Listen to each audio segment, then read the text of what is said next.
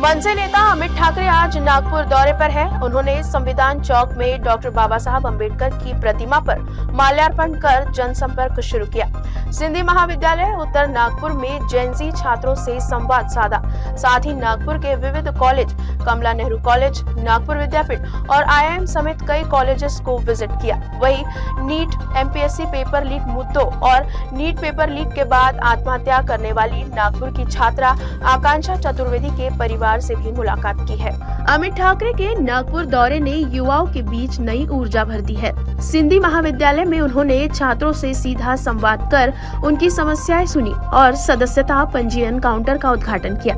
School परिसर में छात्रों से हाथों पर मेहंदी लगवाकर पत्नी का नाम लिखवाने का उनका अंदाज काफी चर्चा में रहा। इसके बाद अमित ठाकरे ने कमला नेहरू कॉलेज, नागपुर विद्यापीठ और IIM नागपुर का रुख किया, जहां उन्होंने शिक्षा व्यवस्था और छात्रों के भविष्य पर चर्चा की। इस दौरे के दौरान उन्होंने नीट और MPSC पेपर लीक जैसे गंभीर मुद्दों पर अपनी बात रखी। साथ ही नीट पेपर लीक के बाद आत्महत्या करने वाली छात्रा आकांक्षा चतुर्वेदी के परिजनों से मिलकर उन्हें दिलासा दिया। काय नाही सर, मी सगळीकडे सभासद नोंदणी झाल्यापासून आम्ही चाललोय। मी मुंबई झालं, नवी मुंबई झालं, पनवेल झालं, कल्याण डोंबिवली झालं, ठाणा झालं, नाशिक झालं, पुण्याला जायचंय, आता आम्ही नागपूरला आलो, संभाजीनगर झालं। सो मी सगळीकडे जाऊन लोकांचे प्रश्न जाणून घेतोय। कॉलेज लेवलला काय प्रश्न आहेत, काय अडचणी आहेत, कारण मी कॉलेजला असताना अशी कुठची संघटना नव्हती की जी आम्हाला येऊन विचारेल, का आम्हाला आमच्या शिक्षकांकडे, प्राध्यापकांकडे जायला लागायचं आणि ते ऐकायचे नाहीत। हे मी खूप अनुभवलंय, कारण आमच्या वॉशरूमची परिस्थिती हॉरिबल होती, कॅन्टीनची परिस्थिती हॉरिबल होती। पण आता जे एक संघटना तुमच्या पाठीशी अशी उभी आहे की तुम्हाला कुठचाही विषय लागला तर आम्ही आहोत सोडवायला। आणि हे 31 तारखेपर्यंत आपली सभासद नोंदणी संपते, पण आमचा संपर्क काही संपणार नाहीये। आम्ही तुमच्या संपर्कात असणार आहोत, कधीही काय लागलं तरी आम्ही आहोत, सभासद झाला जरी किंवा नाही झाला तरी। सो मी कधी बाहेर आल्यावर असं कधीतरी असं वाटतं, होमसिक होतो मी, की मुलगा, बायकोची आठवण येते। सो मला वाटलं की करून घेऊ। अनफॉर्च्युनेटली इकडे, फॉर्च्युनेटली अनफॉर्च्युनेटली मला माहित नाही, पण कुठेही जातोय तिकडे म्हणजे सगळ्यांना फोटोज काढायचे आहेत आणि त्यांचे विषय सांगण्यापेक्षा जास्त त्यांना सेल्फीजमध्ये इंटरेस्ट आहेत, जे मला खूप आवडतंय।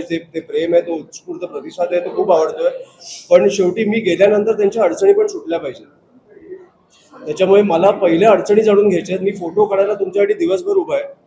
मी नागपूरला आलोय, आज मी दिवसभर उभा राहतो, आपण इंडिव्हिज्युअल लेवलला फोटो काढू, पण तुमच्या शेवटी अडचणी आहेत। आता मी बाहेर भेटलो, त्या मुलींनी मला सांगितलं नाही, पण मला जेव्हा मी वॉशरूमला गेलो इकडे, मला कळलं की इकडच्या वॉशरूमची परिस्थिती हॉरिबल आहे, घाणेरडा वास आहे, परिस्थिती बिकट आहे।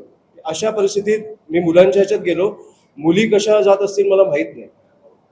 त्याच्यामुळे ह्या अडचणी जाणून घेण्यासाठी मी आलोय आणि मला वाटतं की ह्याच्यावर पहिलं काम केलं पाहिजे। आपण फोटोज काढायला तुम्ही आहेच नाही, मला असं भेटायला खूप आवडतं, म्हणून मी तुम्हाला सांगतो की ज्या लेवलला मी निघालो, मी महाराष्ट्रभर निघतोय, ज्या लेवलला प्रतिसाद आहे, असं प्रेम बघायला मी खरंच भारावून जातो कधी कधी, की अशी मुलं माझ्या पाठीवर बसतायत, मग तो रुद्र असेल किंवा कोणी असेल, मला हे खूप आवडतं। मुलींना भेटायला आवडतं, मुलांना भेटायला आवडतं, अडचणी जाणून घेतल्यानंतर त्यांच्याबद्दल चर्चा करायला आवडते।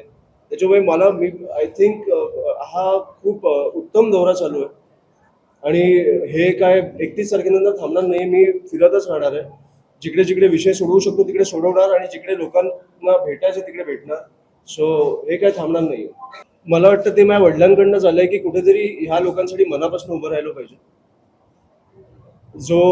जे आंदोलन झालं तिथपासून मी तुम्हाला सांगेन तर खूप ऑर्गॅनिक लेवलला झालं ते आंदोलन, आणि तेव्हापासून आम्ही मनापासून त्यांच्या पाठीशी उभे राहिलोय, म्हणून हा प्रतिसाद आहे।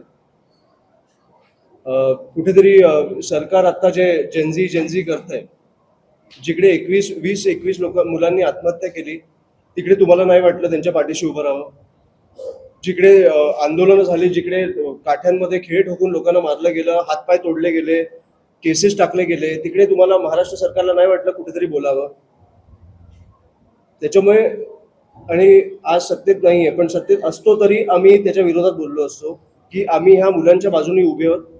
खूप चुकीचं झालं जे झालं ते, आणि ह्या मुलांनी केंद्रातनं राजीनामा आणला, त्याच्यामुळे त्या मुलांनी आम्हाला लढायला शिकवलं। आज त्यांच्या नातवाला कुठे शिकवावं ना, हे अमित साटमनी नाही विचार करावा. आणि मला वाटतं अमित साटमनी हिंदीत भाषण केलं म्हणजे ह्यांना मराठी लोकांची किती पडली हे आपल्याला कळतं.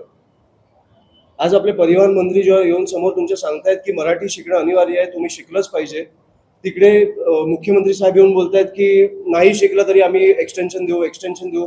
किती 10 वर्षाचं देणार आहात का? तुम्हाला आपल्या भाषेची पडली नाही, तुम्ही कुठेही गेला, गुजरातला जा, पंजाबला जा, दक्षिणेत जा, कुठेही जा, त्यांनी त्यांची भाषा त्यांना कशी जपायची हे कळतं. तिकडे बोलून दाखवावं की हिंदीत चालणार, आम्ही शिकणारच नाही. आम्ही काय आता काल मी त्या आपल्या आकांक्षाच्या घरी गेलो, ते हिंदी भाषिक होते, पण ते आपल्या मराठीवर काय तुम्ही त्यांना मराठी आवडत नाही असं नव्हतं, पण तिकडे ती परिस्थिती होती की मला हिंदीत बोलावं लागलं त्यांच्याशी. ही मुलगी गेली आहे समोर तुमच्या, इकडे आम्ही भाषा नाही आणणार, पण तुम्ही आमच्या भाषेवर आलात तर आम्ही अंगावर येणार, हे तुम्हाला कळलं पाहिजे. आणि अमित साटमला भुंकायलाच ठेवलं, त्याच्यामुळे त्यांनी त्याचं काम करावं, उत्तम करतोय तो. मला अशा लोकांच्या मी काय बोलू या लोकांवर? तुम्हाला स्वतःच्या भाषेची पडली नाही, राज्याची पडली नाहीये. अमित साटम तोच ना जो हसला मृत्यूवर, लोकांच्या मृत्यूवर जो माणूस हसतोय, तो माझा मुलगा कुठच्या शाळेत जाणार हे ठरवणार. लोकांवर झाड पडून पॉटहोलमध्ये जाऊन जो माणूस हसतोय तो ठरवणार माझा मुलगा कुठच्या शाळेत जायला पाहिजे. लोकांची कामं करा, नाही तर 29ला अवघड दिसते. तुम्हाला मी सांगतो ना, ह्या सरकारला पडली नाहीये. हे गाणी बिणी हे खूप सेकंडरी झालंय आपल्यासाठी. इकडे आता मी पुण्याचं तुम्हाला सांगतो, मांजरी गावात तुम्ही कालच मला विचारलं की आज विचारलं, मला वाटतं आदिवासी आपली बंधू भगिनी 14 दिवसापासून उपोषणाला बसले त्यांच्या वसतिगृहाला घेऊन. मी तिकडे भेटायला जाणार आहे त्यांना. आज मला कळण्यात आलं GR रद्द झाला. हे GR रद्द होणं इथपर्यंत आपण ठेवूया नको, कारण जे लोक मृत्यू पावलेत नीटमध्ये त्यांना 1 कोटी जाहीर केलेले, ते अजून आले नाहीये, जाहीर केलेले. त्याच्यामुळे GR रद्द झाल्या आणि लोकांचं समाधान झालं ह्याच्यात खूप मोठा फरक आहे. ते समाधान होईपर्यंत आम्ही काम करतो, हे GR रद्द होईपर्यंत काम करतो. तसं आम्ही येत जाणार. आम्ही जेव्हा आता शेवटी कसं आहे की 36 जिल्हे आहेत, 255 तालुके आहेत आपल्याकडे, सगळीकडे फिरायला लागतं. आत्ताच मी नागपूरला येऊन गेलो, आपण भेटलेलो पण जेव्हा क्रिकेट टुर्नामेंट होती. मी येत असतो. तुम्ही मला सांगा किती महिन्यातनं किती वेळा यायला पाहिजे, मी येतो. काय असा इश्यू नाही. साहेबांचा दौरा, हो, पण साहेबांचा पण दौरा चालू आहे. आता त्यांचा दौरा नागपूरमध्ये कधी आहे हे मला माहित नाही, पण मी तुम्हाला एवढं सांगतो की महाराष्ट्राचा माझा दौरा चालू झाला, पहिला विदर्भातनं चालू होईल आणि नागपूरमधनं चालू होईल.